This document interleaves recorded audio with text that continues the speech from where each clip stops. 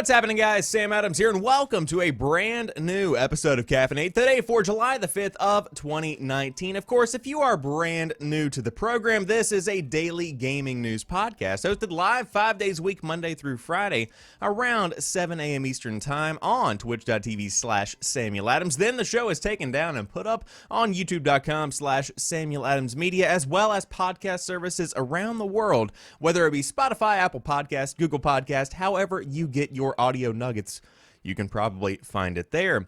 But today we are talking about the Cyberpunk movie. Of course, something a lot of people have been talking about, but now, apparently because of Keanu Reeves' involvement in Cyberpunk 2077, that entire idea is much more of a reality and a possibility, according to the creator.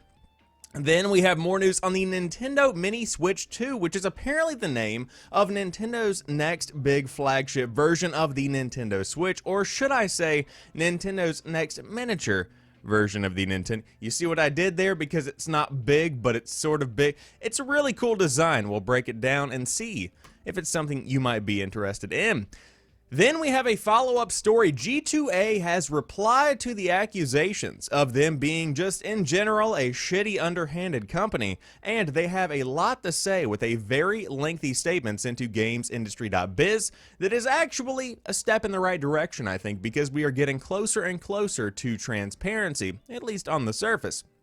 Then we have another follow-up story, because as we all know, the PlayStation Plus games lineup for July of 2019 was shifted at the last minute, where we have, instead of getting PES 2019, we get Detroit Become Human, the digital deluxe edition that gets you a ton of games, including, of course, Detroit Become Human and Heavy Rain, all for free. But again, why? Why did this happen? We will find out more about that in just a couple of minutes. Then, Stranger Things Cross Fortnite is, of course, an actual reality, and it is adding a couple of skins that you might be interested in, and I'll tell you more about those. And, of course, I will go ahead and finalize it all with Prime Day 2019 free PC games available for Amazon Prime members.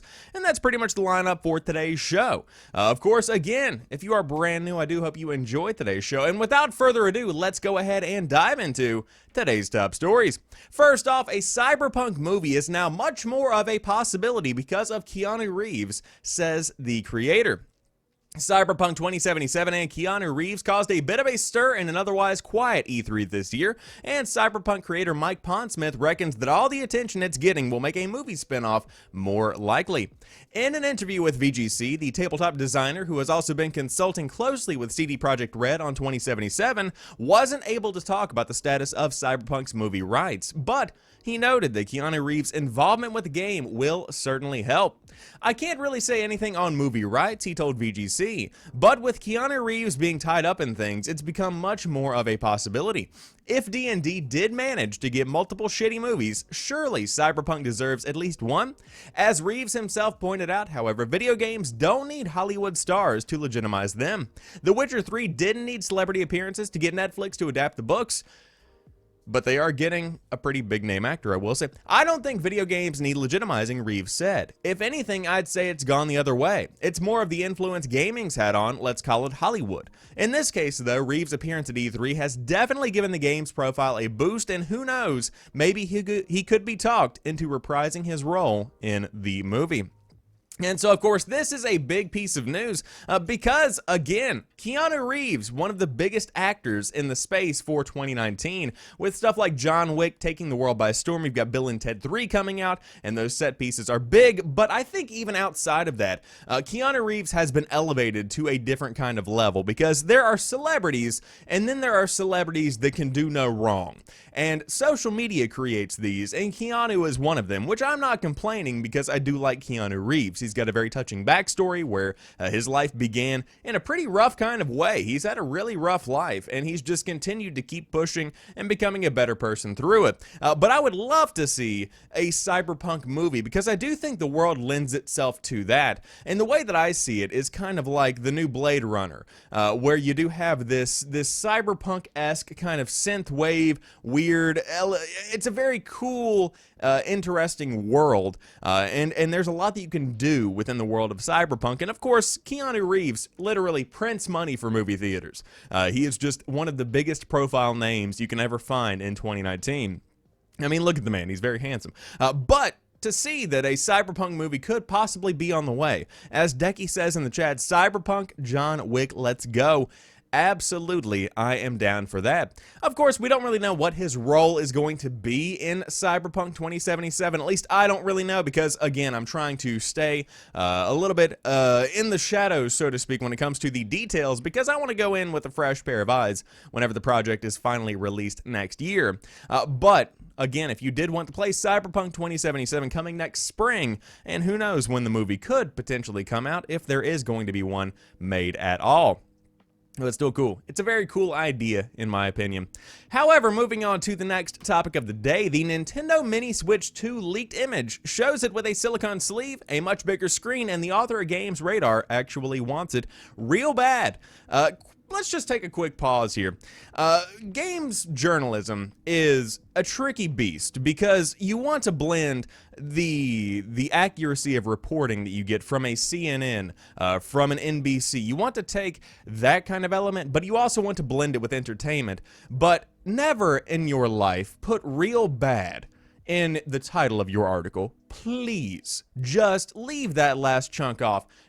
You should have ended it with Nintendo Mini Switch 2 leaked image shows it with a silicone sleeve, a much bigger screen. Please, let's just cut it off there. Because this is going to get a lot of traction whenever you're one of the first outlets to report on the Nintendo Switch. You don't have to say, and I want it real bad. Why? Anyways, moving on to the article itself. Assassin's Creed Origins was leaked by a t-shirt, Assassin's Creed Odyssey was leaked by a keyring, so it makes sense that the Nintendo Switch Mini 2 should be leaked by a silicone sleeve accessory. I don't know about that one, Chief. The potential reveal comes from a tweet which you can see below, which includes an image of a black and white silicone sleeve for the console. There is a bigger, wider screen, and apart from that, the Nintendo Mini Switch 2 looks pretty similar to the Nintendo Switch. One of Nintendo's official licensees for accessory products has a silicone cover for the Nintendo Mini Switch 2 coming, as the tweet reads, and of course, there you can see the picture itself. And again, it looks like a big Nintendo Switch with a bigger screen, but apparently it's mini. We'll have to see exact dimensions whenever the device itself does come out, if this is in fact legitimate. In the bottom left-hand corner of the image below, you can faintly see the words Nintendo Mini Switch 2, which seems like a bit of a mouthful, but that's what's on the packaging, according to the official packaging from whatever this silicone sleeve is actually for. Earlier reports claimed that it would be a smaller and cheaper version of the Nintendo Switch than the first model, hence the Mini in the name. But until Nintendo officially reveals the console, we will have to make do with this sleeve to kind of get an idea of what to expect. Nintendo has a tendency to do directs whenever the hell it wants, so there is no saying when we might get a glimpse of the console for real.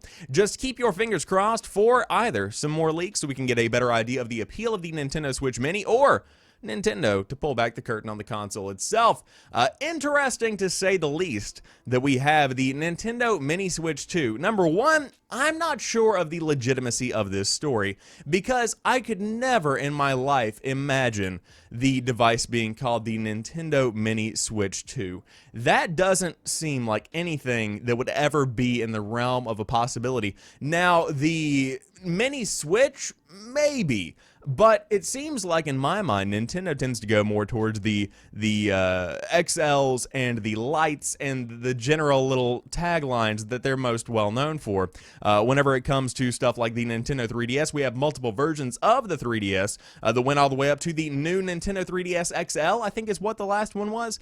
You get that kind of thing. And so to see the new Nintendo Switch or Nintendo Switch, whatever you might have it, Mini sounds actually accurate because you did have the Game Boy Mini back in the day, so they've used that before, and you could use that same kind of little font that they used for the Game Boy Mini. But I will say, or no, I'm thinking about the Micro. My bad. Micro would even be a better word, but I doubt it would be as small as the Game Boy Micro. Have you guys seen the Game Boy Micro?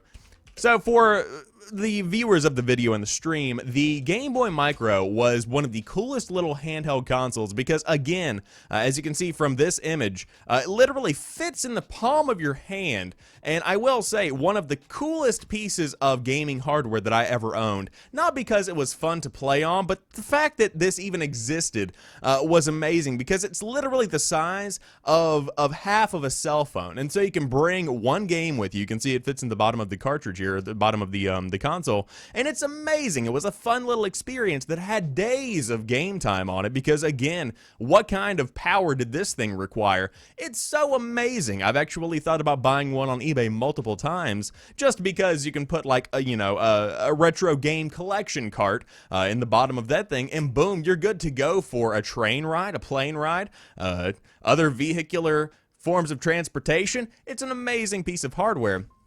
That was a quick aside. Back to the Nintendo Mini Switch 2. It's not going to be as small as the Game Boy Micro, but I will say Nintendo does have a tendency to come up with some pretty good names for their products, or at least ones that make sense in the world of Nintendo. And let me tell you right now, Mini Switch 2 is not one of them. So we will see about the legitimacy of this. Again, the silicone sleeve, they're very cheap to produce, and so I don't really see any kind of need to get really excited about the new Nintendo Switch model right now, but this comes on the heels of so many various rumors over the past few months that show off what is potentially going to be a new model of the Nintendo Switch anyway, so it does seem like at least some accessory manufacturers might be ramping up production, and I would say this is probably a pretty good idea of what it could end up looking like. Unfortunately, direct schematics are not included when it comes to a inch-by-inch breakdown of how big the silicone sleeve is, but I would say probably about the size of maybe 2 iPhones. I don't know how to describe it if I had to guess my ballpark estimate, but I suppose we will have to wait and see exactly when the new Nintendo Switch is going to be coming out. I would love to see this, but bigger. Like, I don't want a miniature version of this, just give me a bigger screen on the regular Nintendo Switch, and that sounds like something that could absolutely fit the bill. Interestingly enough, though, it looks like the buttons and the thumbsticks have been switched on the left side. That's something the article left out. Weird design. Weird design. But moving on to the next topic of the G2A. Hey. Anyways, G2A says they finally want to stop the accusations because, again, they have been in the news over the past couple of days because of the fact that they have been called out yet again for being a shitty, shady reselling company. But it seems that might not be the case, according to the company themselves. Earlier this week, G2A once again came under fire from indie developers and publishers for selling stolen keys, but insist that this is not the case.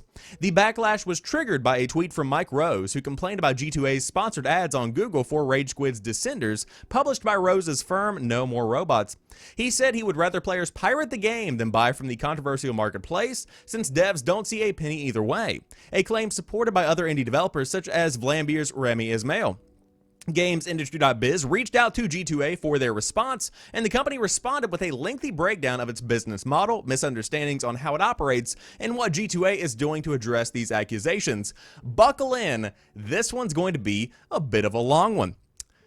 So, it's stressed that, contrary to the frequent accusations it receives, G2A's business model is the same as any other big global marketplaces like Amazon or eBay, with all its ups and downs. And like many online businesses, G2A uses automated marketing like Google Ads to promote products around what users may be interested in. The company also emphasized it's not the only place where where people can sell game keys, although it is the biggest. But if G2A were to shut down, selling game keys wouldn't disappear. If any developer suspects there are keys on the marketplace that shouldn't be there, there's a quick and easy way to report it, the firm wrote. All it takes is to contact us. If any key was illegally obtained, we will remove it, block the seller, and provide their personal data to the proper authorities.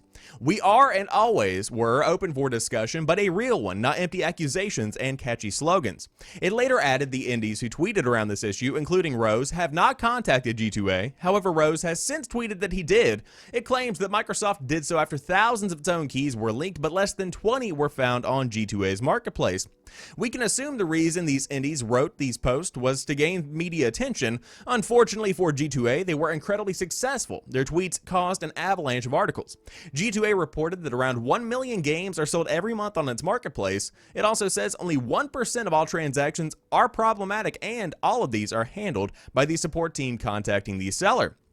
60% of the issues, 0.6% in total, concern payment problems such as cards being declined. 30% are unrelated to the marketplace, such as mistaken purchases or people not liking the game they bought. And 8% or 0.08% of the entire total are keys not working due to typos, etc. And 0.2%, or excuse me, 0.002%, I would say, of the entire total are because the title users purchased through G2A disappeared from their Steam account for various reasons, such as chargeback. Only 8% of all titles sold each month on G2A are indie games as well. So, let's go ahead and break down the specific game in question here that started the entire avalanche. Looking specifically at Descenders, the company cites Steam Spy's estimation of 32,000 sales since launch in the absence of official sales figures, and notes that since its full release in May, only 5 keys have been sold via G2A. A further 226 were sold while the game was still in early access, meaning 0.72% of the estimated 32,000 copies were sold through G2A's marketplace. What does this mean?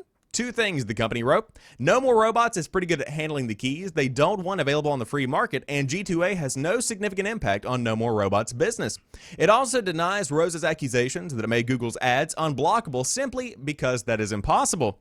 The retailer then went into depth on how keys are obtained before they come to G2A, stressing that the overwhelming majority are sold by wholesalers who buy directly from developers and publishers.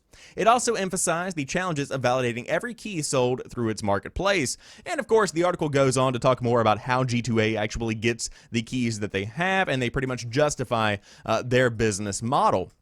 But this is a very interesting story for those that play on PC, because G2A has become somewhat of an evil figure in the gaming space because of the fact that a lot of the reports say developers don't get paid for the keys they get on the marketplace, but it seems in this case that G2A is comparing themselves to stuff like an eBay and an Amazon, where you do have third parties that come on and sell their products, and whatever gets sold simply gets sold, and they're pretty much responsible for ensuring that everything gets from point A to point B. Where that original piece of content comes from, that's kind of up in the air until a problem is found with it, and then they will take action. Outside of that, they have no reason to check and see if everything is legitimate on the back end before it does get sold out. And so, interesting to see that they have taken the stance of defending themselves, because again, the business is a shifty one, to say the least, especially in the PC gaming space, because you can buy console games on places like G2A and other similar sites, where if I wanted to find a code for a game, I could probably find it. It tends to be much more common with stuff like Xbox Live, where you can find cheaper codes for the service on these various key reselling websites. But the final nail in the coffin, I think, when it comes to what is finally going to end the accusations for G2A is coming clean, and that's the step that we see here. They're becoming more transparent about how their business works, but I want to know if this is the full truth, because quite frankly, I am a victim of how the media has presented G2A. I don't really believe that the entire truth could be coming out right now. But again, you can selectively choose exactly what you want to say and maybe keep a couple of things to yourself, but it seems like transparency is definitely in the works here, and this is a good step in the right direction. But I just don't know if the company will ever be able to shake this stigma around them, this idea that they are the big evil corporation that are taking the indie developers' money, even though apparently indies don't sell very well on G2A at all. Interesting to see all of these statistics, though, such as 1 million games sold monthly generally. That is pretty insane to know that G2A is doing that much business in the space. However, you know what you're not going to be getting on PlayStation Plus next month? PES 2019. Do you know why? I don't, and neither does Konami, because they say it was unexpected and they have no idea why PES was pulled from the lineup. When the PlayStation Plus games lineup for July 2019 was announced, PES 2019 was listed as one of the free PS4 games for the month. However, this was later changed, with Detroit Become Human replacing the soccer game at the very last minute. Now, Konami has responded to questions about the news by stating it was Sony's decision. In a short statement, a Konami spokesperson told GameSpot this decision was made by Sony, and so please make an inquiry to Sony. Well, alright then. So in its own statement, Sony admitted it had taken the decision itself but declined to elaborate. We have decided to make a change to the PlayStation Plus games lineup this month and will be offering Detroit Become Human Digital Deluxe Edition instead of PES 2019. This was a decision we decided to make as a company and we apologize for the inconvenience. European PES brand manager Leonard Bobzine, meanwhile, told GameSpot on the day of the change that it was not planned and had taken Konami by surprise. I cannot really tell you what happened because I just found out today, in the morning when I opened my laptop. I can't really explain. Well, alright then, yet again. PES 2019's successor is on the way for this year, officially titled eFootball PES 2020. Of course, we have no idea why the name change has happened like that, aside from the fact that it's trying to promote esports, but that's beside the point. All will include Manchester United as a licensed team, and it won't, however, feature any kind of women's teams, if you did wonder what was going on with PES 2020. But again, PES 2019 not included with the July 2019 PlayStation Plus lineup. Now, of course, in my opinion, a much better trade-off because Detroit Become Human, the Digital Deluxe Edition, again, comes with Heavy Rain as well as Detroit Become Human. So you get a lot of bang for your buck with this month's PlayStation Plus, and in the eyes of many, it elevated the value of July's offering. At the same time, it was a weird shift because the Women's World Cup is going on right now, and I suppose in my mind, the only stretch possibility of why Sony decided to pull PES 2019 was to forego any kind of complaints why there was a full male sports game during the Women's World Cup being promoted as the July 2019 PlayStation. That's the only thing I can think of. I was digging deep to try and decide why this was the choice that they made. But at the same time, I suppose this is going to go down in history as one of those strange little quirky situations that they just happen to find themselves in. But again, if you did want to pick up Detroit Become Human Digital Deluxe Edition and Horizon Chase Turbo, those are your two PlayStation Plus games for July of 2019. It's a pretty good lineup. I don't know about that latter little racing game, but I will say definitely going to be diving into Detroit Become Human if you did want to join me on that. However, let's talk about Fortnite because there is a lot to do in the world of Fortnite, but Stranger Things is now included in the universe, and there are a couple of skins if you did want to get in on some of that microtransaction-y action. Netflix's release of Stranger Things 3 has brought along an unprecedented number of marketing tie-ins, which include a link to Fortnite. Some familiar-looking teleporters popped up in the game's mall area yesterday to join already included Scoops Ahoy ice cream power-ups, and tonight Epic announced the full details of their crossover. Unfortunately, unlike the Avengers Endgame and John Wick collaboration, there doesn't appear to be any kind of new limited-time game mode. Instead, as expected, there are a couple of new skins available allowing players to take on the appearance of Chief Hopper or the Demogorgon that cost 1,500 and 1,200 V-Bucks respectively, plus a Vines weapon wrap. If anything else appears in the game, let us know, they say at Engadget, but no spoilers, not everyone has finished Season 3 yet.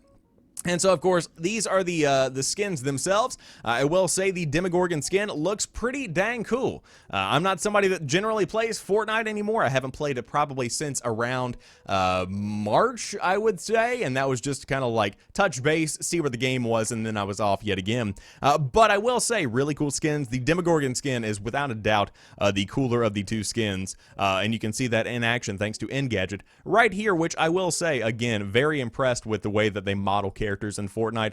Really kind of blows my mind every time they do one of these collaborations, especially because the stuff they do is just really, really interesting. But if you did want to pick it up again, the 1,500 V-Buck purchase is going to be on the Hopper individual right here, and then you've got the Demogorgon for 1,200, which is shocking because I kind of thought they would be switched around. The Demogorgon seems much more desirable in my opinion. And then of course you've got this weapon wrap if you did want to get some bling on your Fortnite rifles and whatnot.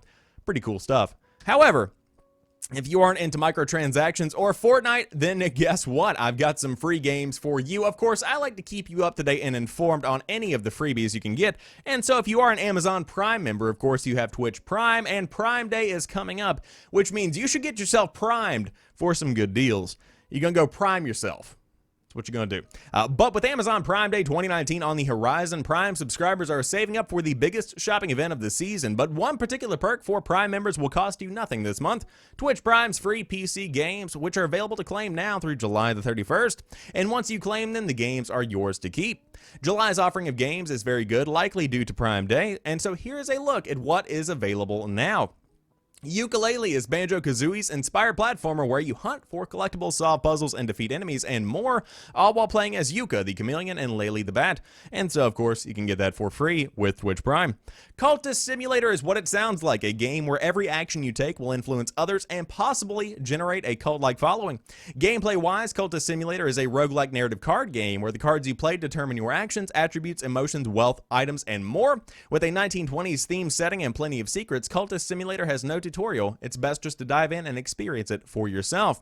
The Escapist is also free this month. The top-down strategy game places you in the role of a prisoner aiming to break out of various prisons, and there are 6 total plus additional DLC prisons. The game is a sandbox experience if you did want to dive in, and For the King is a single-player or multiplayer RPG with turn-based combat that pulls from multiple genres, such as tabletop and rogue-like adventure. The game begins with the death of a king, which inspires citizens of the kingdom, such as yourself, to rise up and oust enemies from their homeland. You can control your own party or partner with up to 3 people online, or you can set off on your own, fighting monsters, exploring new locations, braving elements, and more.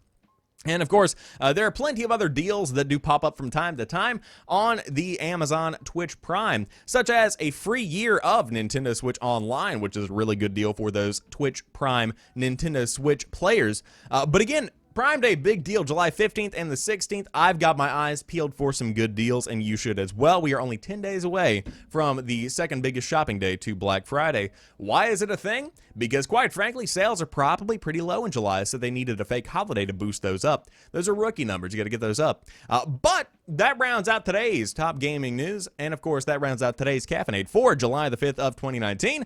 Again, if you are brand new to the show, I appreciate you joining me on today's program, and of course, for those hanging out live in the chat, I appreciate you very much. And if you do want to watch live, it is hosted on twitch.tv/SamuelAdamsMedia. Just kidding, we got that username, twitch.tv/SamuelAdams, 5 days a week, Monday through Friday, if you did want to catch the hottest gaming news live. But again, on YouTube, on podcast services, you know the drill. I will talk to you guys on Monday, and have a fantastic rest of the weekend, and peace.